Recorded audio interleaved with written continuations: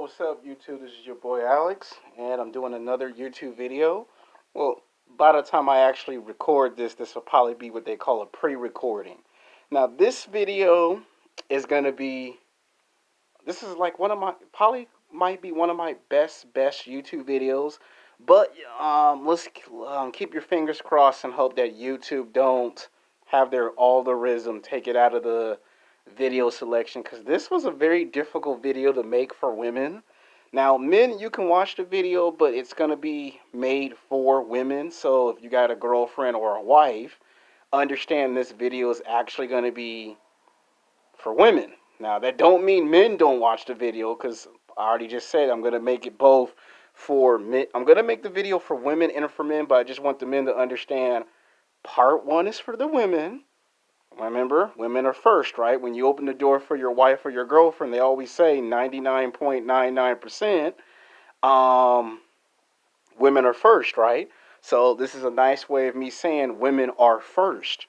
The second video won't be uploaded until either Saturday night or Sunday night, and that will be for the men. So this is actually to celebrate women in Star Wars, because you got to give some women some respect and credit. Now, I'm not trying to do that other thing that's super controversial that makes people mad when they say the Force is female, but I'm going to say if it weren't for having certain women in Star Wars, women make their contributions to Star Wars. And yes, I like the old Star Wars movies. I like the original trilogy. And I know people hate the Star Wars prequel trilogy, but I like that too. And I kind of like some of the new films of the sequel trilogy. I mean, I like Force Awakens. Please don't hate me. This is my first time actually breaking down the history of female Star Wars characters. And like I said, part one is for the women. Now, men, if you got a wife or a girlfriend, you can watch.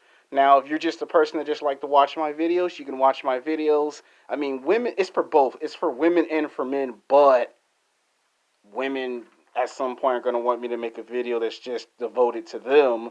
And I always make videos devoted to men, but I have women that watch my YouTube channel. And the last thing I want to do is lose my female audience, because I always make content for men. So men, try to understand that some of these videos you got to share, okay? I want y'all to share with the women. I don't want y'all fighting in the comment section. I don't want y'all cussing each other out in the comment section. I don't want no men or no women to disrespect each other in the comment section. I see fighting in the comment section, I'm going to delete and block. I see anyone get upset in the comment section, I'm going to delete and block. So men, show women some respect. Women, show men some respect. Let's have some fun. Let's make this a nice, fun, entertaining video. It's Friday night. The night's young, and I'm going to give you guys the video and keep your fingers crossed and hope that nobody report this video, because we don't want to get sued, because we're not rich and famous. We're not a multi-billionaire. We're not a millionaire. And we ain't rich and famous. We do not have it like that. And I do not get paid money. YouTube does not pay me money. I do this because this is my passion, to do YouTube videos, to be a YouTube content creator. And my passion is filmmaking. So I like to talk about characters from movies, television, video games, comic books. I promised y'all a series of videos, and I'm a man of my word. The title is called Sex Game, Hot Sexiest Women in Star Wars. We're talking about the best of the best female characters in the universe of Star Wars. Now, coming in at number 10 is Captain Phasma. Now, she is a very strong, powerful character. She's like between 6 feet to 6'4". Now, that's the actress who actually played a character who played the twin sister of Snow in Game of Thrones. Now, I find her very physically, sexually attractive. Yes, I do crush on women that are actually tall. I did make a YouTube video about it a year ago. Then I made a revised version early this year. I mean, the one I made from 2 years ago got a lot of people mad. But the revised version was kind of like, a half and half. To me, I feel like that Captain Phasma had a lot of promise, a lot of potential in Star Wars Episode 7, Force Awakens. It was unfortunate what they done to her character. Like, they ruined her character. Like, to me, she could have actually had great significance. Like, when you get a female snow trooper, you would expect so much from that story. Like, if Finn wasn't going to never fall in love with Rey, why not have a story between Captain Phasma and Finn? It would have been so much better because both characters were snow troopers, both characters were in the military, and both characters struggle with the identity of right and wrong, good and bad. That would have been a better choice for the character. I mean, this character still could pop up in the Star Wars universe. Like, you could go back to how she became Captain Phasma. And to me, the only thing you can do with her character is repackage it and put a twist. Made it where she managed to somehow survive and throw her in a Disney Plus television show with other characters. There's a lot you can do with her character. Like, because the trilogy's over, you could have put a twist on it. So it is kind of like a missed opportunity. It's a blown opportunity at this point. Like, in the beginning, I always thought if she would have been in all three movies, you could have had her character survive at the end of the trilogy. She turns from the side of the bad to the side of the good. And then you could have made her have her own television show. But I guess we'll never find out what type of promise and potential this character could have had. But you don't get a talented actress for nothing and then waste her talent and ruin her character in the movie. Like, in the beginning, we thought she was very badass. And a lot of people, include me, actually liked her character more than we liked Rey. Like, Rey was the main character, but we kept paying attention to this tall, fine ass chick called Captain Phasma. She had the badass armor. She was badass. She was getting ready to whoop somebody. We paid more attention to her than the main character. All right, coming in at number 9 is Assjj Ventress. Now, she was once to be trained as a Jedi. Her Jedi master had passed away, and she had never finished her training as a Jedi, and she became a female Sith assassin. Like, there's Dark Maul, and we got a female version of Dark Maul. Like, everything that Dark Maul was in Star Wars episode 1 Phantom Menace, Assjj Ventress was our female version of Dark Maul. A lot of men like this character. I mean, she pulled off the bald look. She had the bald look. She had the nice little black dress. She had the red lightsaber, the badass tattoos. And a lot of guys find Assjj Ventress very physically, sexually attractive. Like, she got her own comic books, her own graphic novels. She appeared in the cartoon of the Star Wars Clone Wars. And there were, like, strong elements of her character. Like, her character was able to take on Obi-Wan Kenobi, Anakin Skywalker, and she would even take on powerful people like Obi-Wan Kenobi, Mace Windu, Yoda, and she was like another. She never even finished her Sith training. So she never finished her training as a Jedi and as a Sith, but she had been trained as both a Jedi and as a Sith. So in a way, she's like that version of Darth Maul we never got. Like, would have been really badass if they could have gave us a Assjj Ventress Disney Plus television show. Because in the graphic novel, when she's not a Jedi or a Sith, and she managed to survive, and this is before we got to Star Wars Episode 3 Revenge of the Sith, she became a female bounty hunter. And if you just think about it, we're getting a version of that character, but it's not Assjj Ventress. Like, if you look at Season 2 of The Mandalorian, that kind of tells you right there, they're an army of bounty hunters, and they do fight. And the one thing that we're itching for is to get a character that never became a Jedi, never became a Sith. She had Jedi training, she had Sith training, but she became a bounty hunter and she got trained by the same bounty hunter that we see in the television show of Season 1 and Season 2 of The Mandalorian. So somewhere in Season 3 or 4, they should introduce to us Assjj Ventress. Like, to me, she's the one who actually seduced Anakin Skywalker to the dark side. Like, yeah, in the movies we know it's the Emperor, but if you ever read the comic books, the comic books, the graphic novel, and if you watch the first 4 or 5 seasons of the Clone Wars cartoon or animated series, you should know right off the back that She fought Anakin Skywalker a total of 7 to 8 times the ties. Every time they fought, it was a tie. She's the reason why he had that scar across his face, and it's a disappointment that her character never made it in those movies. Like they could have showed Assjj Ventress in Star Wars Episode Two: Attack of the Clones and Star Wars Episode Three: Revenge of the Sith. They could have shown her in those two live action films. And when you look at Assad Ventress, she has strong elements that could actually be an African American black woman. You look at the ass, you look at the sassy ass attitude, the bald look, the way she pulls up that sexy bald look. Guys actually dig women with short haircuts and the sassiness. And Assad Ventress, literally in real life, that could be a black woman. Because just look at the way her character developed arc is. She started off as a Jedi, never finished her Jedi training, didn't approve of the Jedi Council, and then caused the love triangle between her and a Jedi character, and then she helped them take on, the bad guys. And then she becomes a bounty hunter. Now, unfortunately, they killed her character, and that angered a lot of Star Wars fans. And to me, that would have been the perfect time to bring her into the sequel trilogy. Like, if you were going to do Star Wars Episode 7 or 8, if you're going to have a good female Jedi, then you could have introduced a female Sith. Like, we still have never seen a female Sith be introduced in an actual movie. And Assad Ventress could have been our female Darth Maul. Of course, she'd be sexy, she'd be hot. I mean, that would be badass, wouldn't it? Men and women would actually like that. Coming in at number 8 is Rey. Now, a lot of people are gonna say, why is she number 8?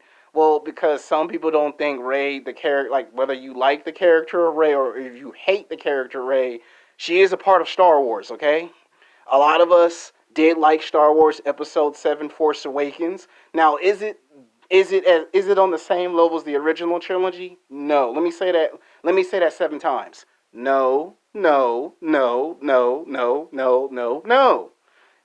It will never be on the same level as the original Star Wars trilogy.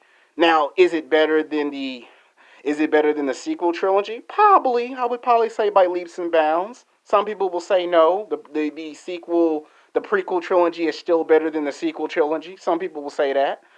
Now, Rey did display some powers and abilities that other characters never got to use in the original trilogy. Now, I do wish that they could have had some more backstory. Like, I wish she could have been a Kenobi.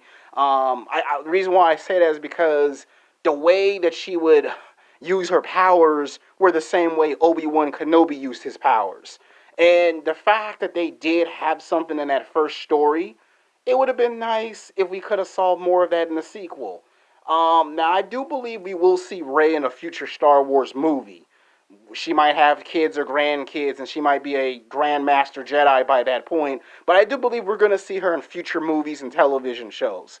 The actress who played her was perfectly fine. It's just the story. Like, I do like Episode 7. She was the main character, and for the most part, nobody really complained. It was just that people didn't like the direction they took the story.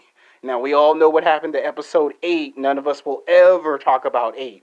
9, some of us like 9, some of us hate 9, but you can't deny Rey is a part of Star Wars. Coming in at number 7 is Lady Lumiya. If there's a Darth Vader, there has to be a female version. Half human, half cybernetic, badass of a woman. Now, Lady Lumiya was trained in the dark side and was actually trained by Darth Vader himself. And to me, her character could have actually popped up in some of these movies. Like, if you make a Darth Vader movie, and I keep saying this, all you gotta do is make a movie called Star Wars: The Rise of Darth Vader. You can make that movie 2 hours and 20 minutes. All you have to do is make it where he has a secret apprentice. Like, if you're not going to do the story from the video game called Star Wars: The Force Unleashed 1 and 2, there are stories from the comic books and the graphic novels that after Darth Vader lost his first secret apprentice, he took on a second one. And in that same story, there's the Inquisitors. So Darth Vader had like not one, not two. He had like at least four secret Sith apprentices that he trained in secrecy for 10 years in that story. So you could say it's set in the time period where it's 10 to 15 years before the original trilogy. Like before we get to Star Wars Episode 4, New Hope, Star Wars Episode 5, Empire Strikes Back, Star Wars Episode 6, Return of the Jedi, you could say it's between 10 to 15 years before the original trilogy. So you could take the ending of Star Wars Episode 3, Revenge of the Sith, and you could make a movie called Dark Vader, The Rise of Dark Vader, and if you're not going to have a male character that is his secret apprentice, you can introduce Lady Lumiya, because after all, in the comic books, she does fight Luke Skywalker, she does fight his wife in the comic books of the expanded universe before it got discontinued. And to me, what's better than Dark Vader? A female Dark Vader. Everything that Dark Vader does, Lady Lumiya does. She's cold, she's calculating, she's unpredictable. You don't know what she's gonna do. And she seduced the grandson of Dark Vader to the dark side and basically got him to fight family members. So if you really look at that story in the comic books, that's the one thing that I think was missing from Star Wars Episode 7, 8, and 9 is that there was a character who was able to repeat the history of Darth Vader and the Emperor, and Lady Lumiya is like a cross between Darth Vader and the Emperor. You could have had another Sith who had complete training to appear in those movies. Like if you make a Darth Vader movie, and then if you wanted to make a Disney Plus television show, so if you're not gonna like, it doesn't me, it don't matter. Darth Vader movie or a Darth Vader television show, 10 episodes. You bring in Lady Lumiya, she could be the female Sith apprentice that he would use. So if you're not gonna do the story of Star Wars: The Force Unleashed 1 and 2, where Gabriel Maverick is a kid and he takes Darth Vader's lightsaber, you can go with this character and fans will still be shocked. And it would be good because men and women would both win in this. All right, coming in at number 6 is Jamie Solo, the twin sister of Jason Solo. And in the comic book, she is basically the daughter of Han Solo and Princess Leia, and she was the one who defeated her own brother when he turned to the dark side. Now, if they weren't, to me, here's what fans wanted, but it never happened. You could have had a Jedi character that is in the universe, but is on a different planet that doesn't participate in these battles. Now, people thought that Rey's character should have been the way Gemma Solo should have been. To me, I still think you can introduce her character in a Disney Plus television show because you can just take Luke Skywalker's story that he trained plenty of Jedis, and the Jedis that he trained, that could have been her. So to me, you could make this into a movie to set off Star Wars Episode 10, 11, and 12 with a new female character, and that new female character would probably be someone that we recognize from the expanded universe of the comic books. That would be perfect. All right, coming in at number 5 is a tie. It's Shuak T and everyone's favorite girl who's getting her own television show, Asoka Katana. Now, Shuak T is one of these badass female Jedis that we didn't get to know that much about. Like, yeah, we saw her in Star Wars Episode 2, The Attack of the Clones. She was in an actual movie. She was actually in 2 movies. But I felt like they could have done more with her character. Like, we know who Obi-Wan Kenobi is. We know who Mace Windu is, Yoda, Luke Skywalker, Anakin. We know those characters. Who we don't know is Shuak T. Like, she got to be in 2 live-action movies, but they could have done more with her character. Like, wow. Wouldn't it be badass if she would have showed up in Season 2 or Season 3 of The Mandalorian, or she pops up as a survivor, and there are other Jedis that managed to survive besides Obi-Wan Kenobi and Yoda? That would have been interesting. You got a female Jedi, but it was never explored. Like, it would have been nice for her character to have a bigger role and a bigger impact. On the other hand, you have Ahsoka Katana, who's being played by actress in television and film Aria Dawson. To me, Ahsoka Katana is everybody's favorite Star Wars character from the Clone Wars. Men like her, women like her, and everyone's happy that she's getting her own Disney Plus television show. Now, to me, this was a character that could have actually showed up in Star Wars Episode 2 Attack of the Clones live action because Anakin Skywalker did train her and she never finished her Jedi training either. But some people felt that if you were going to do a movie with a female character, it could have been Shakti or it could have been Ahsoka Katana because it's a popular character. All right, coming in at number 4 is Stata Salon from Star Wars Knights of Republic video game. Now, this is a character that is like 30 years before the original Star Wars period, like before the original trilogy, before Episode 1 Revengeance. You could say this is like 30 years before those 6 movies kick off. She's a character that is very strong, very powerful. She became a Jedi Grand Master, and she's like a female version of Mace Windu. Everything that Mace Windu does, she's like 50% Mace Windu and 50% Obi-Wan Kenobi. She's got powerful telekinesis, telepathy. She's well versed in all 7 styles of lightsaber combat. She practiced meditation and she ascended to all 5 levels of being a Jedi. Now, there's the video game, and some people really want to see a live action interpretation. They either want to see a Star Wars movie called Star Wars Knights of Republic. You can make 3 live action films, which they're currently in talks of doing, or you can make a Star Wars Knights of Republic television show, and you can put that time period 25, 30 years before the events of Star Wars Episode 1. So you could probably have her between the ages of 25 to 30 years old, where she does cardio, she does strength training, and you could have it where this female Jedi taught all the other Jedis before we get to the movies. That would be badass. Like, if you want to really, really see something new from Star Wars, you can just go to Star Wars Knights of Republic. Doesn't matter if it's 3 movies or a television show for 1 season, 10 episodes. She's a badass female character.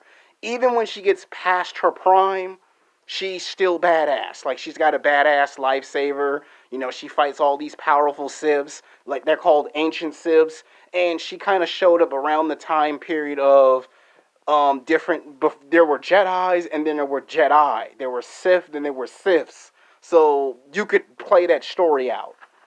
All right, coming in at number 3 is Padme Amidala.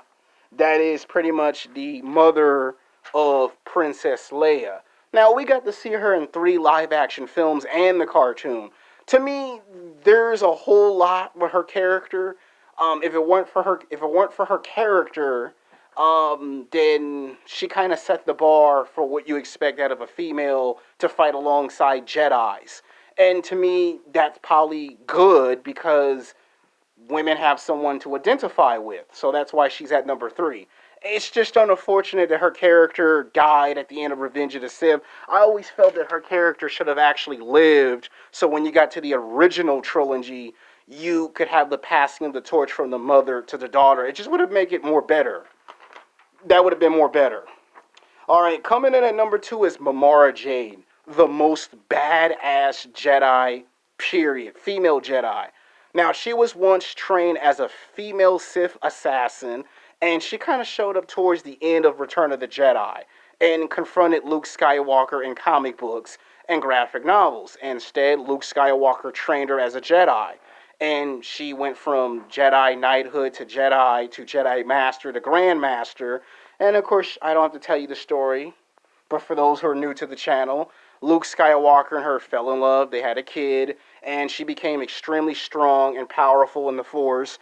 And for 15 years, she was the wife of Luke Skywalker. Now, this is the female character that should have been in the Star Wars movies, should have got a Star Wars television show. This is the character that people really wanted to see. Like, you still could have had a Rey character, but Jade could have showed up and trained her. So if you didn't want to go the route of Luke Skywalker, you could have had his wife come in here, and you could have had flashback scenes where Luke Skywalker talks about how his wife was in the Force. Like, you could have a scene where Luke Skywalker said, "You remind me of Jade." Like, some people wish she could have shown up in those 3 movies. Now, if you make a Star Wars episode 9, 10, and 11, well, she should pop up in one of these movies. A Jade television series or a movie will be good. Like if Luke Skywalker gets his own television show, that is the chance to explore her character. Because all the stuff we see Rey do, that's pretty much Mamara Jade. Like Mamara Jade is 50% Wonder Woman and 50% Jean Grey. Because she has the telekinesis, the telepathy, the force judgment. She's able to be diplomatic, negotiate, and she became a strong female character played in video games. And a lot of people said she's like the closest thing to being Princess Leia, and people thought that's the character that could have shown up in A Force Awakens. All right, coming in at number one is Princess Leia. Now, if it weren't for Hollywood actress, the late great Carrie Fisher, God rest her soul, rest in peace. If it weren't for Carrie Fisher, you would have never had none of these women exist in Star Wars. Carrie Fisher came at a period in the late 60s, early mid 1970s, and somewhere in the 80s she got her start. She had already done movies, already done television shows, and Star Wars made her into a household name. And you fast forward 35, 40 years later, she's a legend. She's an icon in this business of Hollywood filmmaking. And basically, she showed that she could be the Lois Lane of Star Wars. Like the first movie, she embodies that princess, but then you all of a sudden see her kick ass. All of a sudden, she turns into Wonder Woman. So she's not just the Lois Lane. She is the Wonder Woman of Star Wars. If it weren't for Carrie Fisher playing Princess Leia, there would be no Asoka Katana. There would be no Shakti. There would be no Mamora Jade. There would be no Rey. There would be no Assjj Ventress. She gave birth to all these characters. 35, 40 years later, we look in the comic books and the graphic novels, and you just have a whole sea of strong, powerful female characters where we never got that in the original trilogy. Princess Leia was like the first character to backtalk to Darth Vader. Most people are scared and terrified of Darth Vader, and here's this woman who don't care that Darth Vader is cybernetic. She talked back to Darth Vader. She fought back. You know, she would escape. And then to go rescue Han Solo in Return of the Jedi. And again, fight in the battles. She didn't just sit on the sideline and look like some nice, innocent girl. She went off the battle and she threw down and she kicked ass. And if it weren't for Carrie Fisher playing Princess Leia, you would have never got none of the female characters in the movies. I mean, she gave birth to a lot of these female characters. You would have never got no Rey, no Ahsoka Katana, no Mamara Jade. So this is who you have to pay tribute to. This is who you should be saying thank you to. I made the video because I did watch Star Wars movies, and for many years, she was the Wonder Woman of Star Wars. There's Wonder Woman, there's Catwoman, there's Storm, and then at the top of that list of strong female characters, television, film, comics, video games, is Princess Leia. So the only actress that could bring this character to life was Carrie Fisher. So this was a very strong video to make. So I'm sure you women and men will be impressed by this video. And part two, we're going to be talking about the Jedis, the Siths. That's going to be a longer video than this. Until then, peace.